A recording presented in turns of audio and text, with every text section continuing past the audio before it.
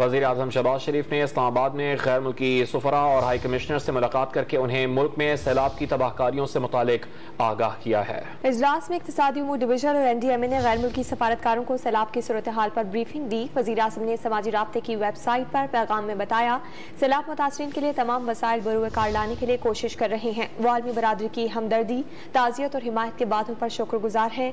मिलकर चैलेंजेस पर काबू पाएंगे और बेहतर मुस्तक़बिल तामीर करेंगे।